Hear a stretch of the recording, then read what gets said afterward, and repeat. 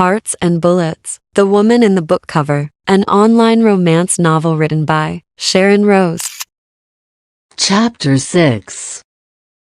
His alarm went off, waking him up from a deep slumber. Maxim lazily opened his eyes and reached out for his phone to turn the alarm off. He was about to go back to sleep when he saw he had a notification. It was from the dating app saying he had a match.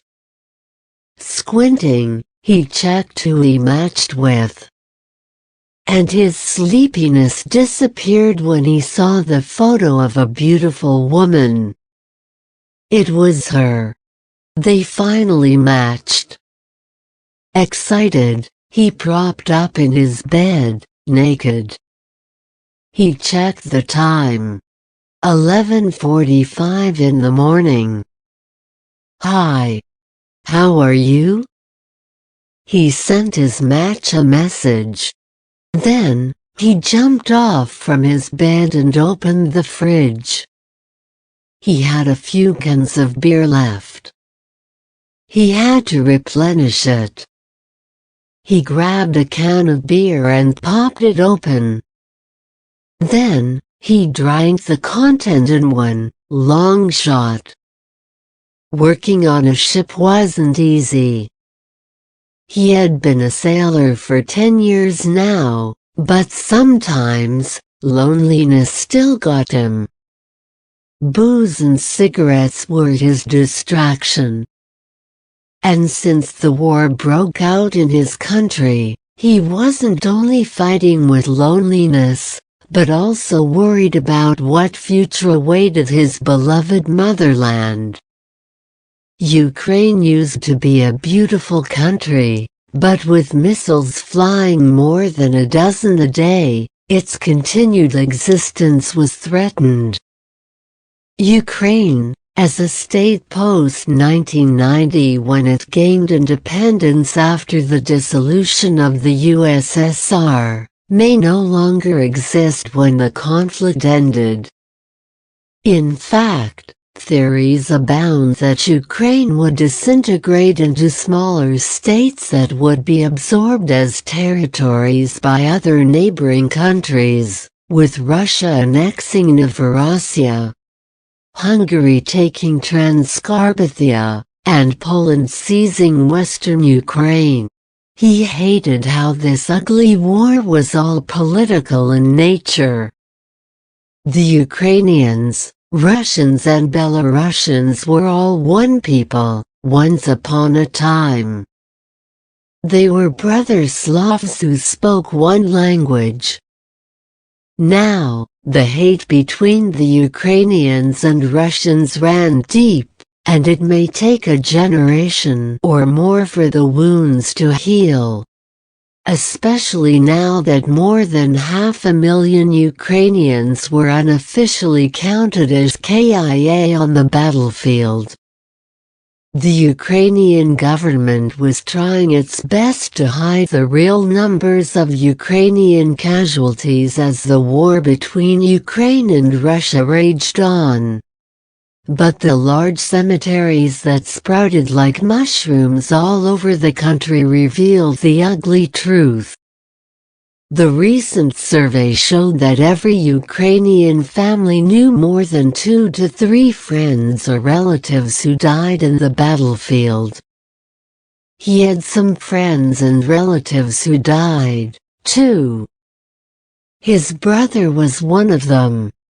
In fact, if he was not working abroad, he knew he would be damned conscripted, too, and be forced to fight in the front line. And more or less, he would be part of the sad statistics.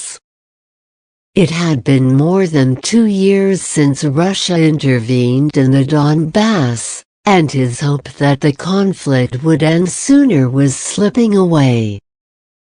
Unfortunately, the Ukrainian government, with the backing of NATO and EU, planned to fight the Russians until the last Ukrainian He hated Putin for his political decision to invade Ukraine, but he hated Zelensky, too, for his tunnel vision to agree to his Western master's wishes to weaken Russia at the expense of precious Ukrainian blood. Every ordinary Ukrainian citizen just wanted to live in peace, not embroiled in a senseless war, but the elites in his country wanted bloodshed. It was easy to pursue such destructive foreign policy when it wasn't them or their relatives who were being sent to the battlefield to fight and die. Those who had the money and the means to flee Ukraine had avoided conscription, but those who didn't have the capacity to do so were stuck and forcefully conscripted. And the future that awaited those people who didn't want to fight and were forcefully conscripted was grim. They never had any choice. They had to fight an enemy with sheer firepower and artillery. That was just it. Surrender was not even an option. And if they did surrender to the Russians, or even just thought of surrendering, they would be considered traitors and would be liquidated by their own. The real victims of the senseless violence were the ordinary Ukrainians who were trapped between two crushing rocks. Of course, he loved his country, and having another country invaded was despicable. But having a leader who callously wasted the lives of its people, without pursuing other peaceful options, was equally revolting. They had relied so much from the promised help by their Western allies, but despite the unprecedented sanctions imposed against Russia, financial and military support from more than 30 countries, Ukraine was still struggling to drive the Russians out of every square meter of Ukrainian territory.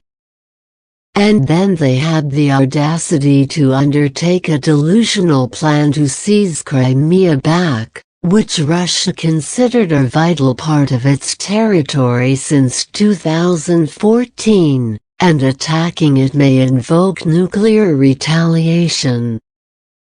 Knock on wood, but he never envisioned any part of Ukraine to be another Hiroshima and Nagasaki.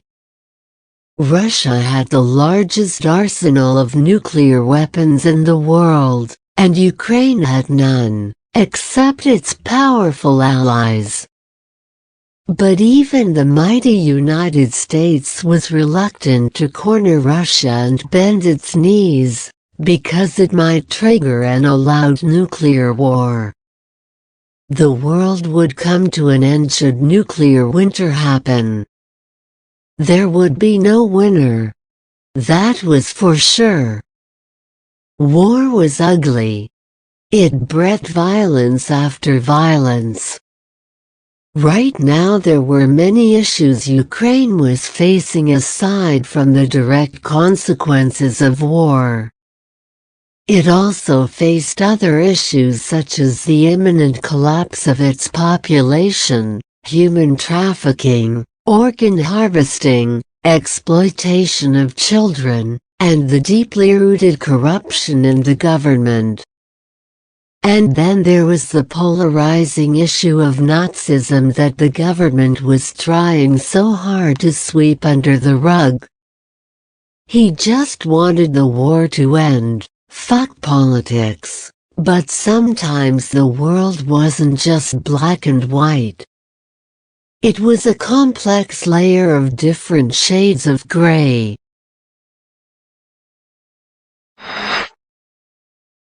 Please like and subscribe for more stories.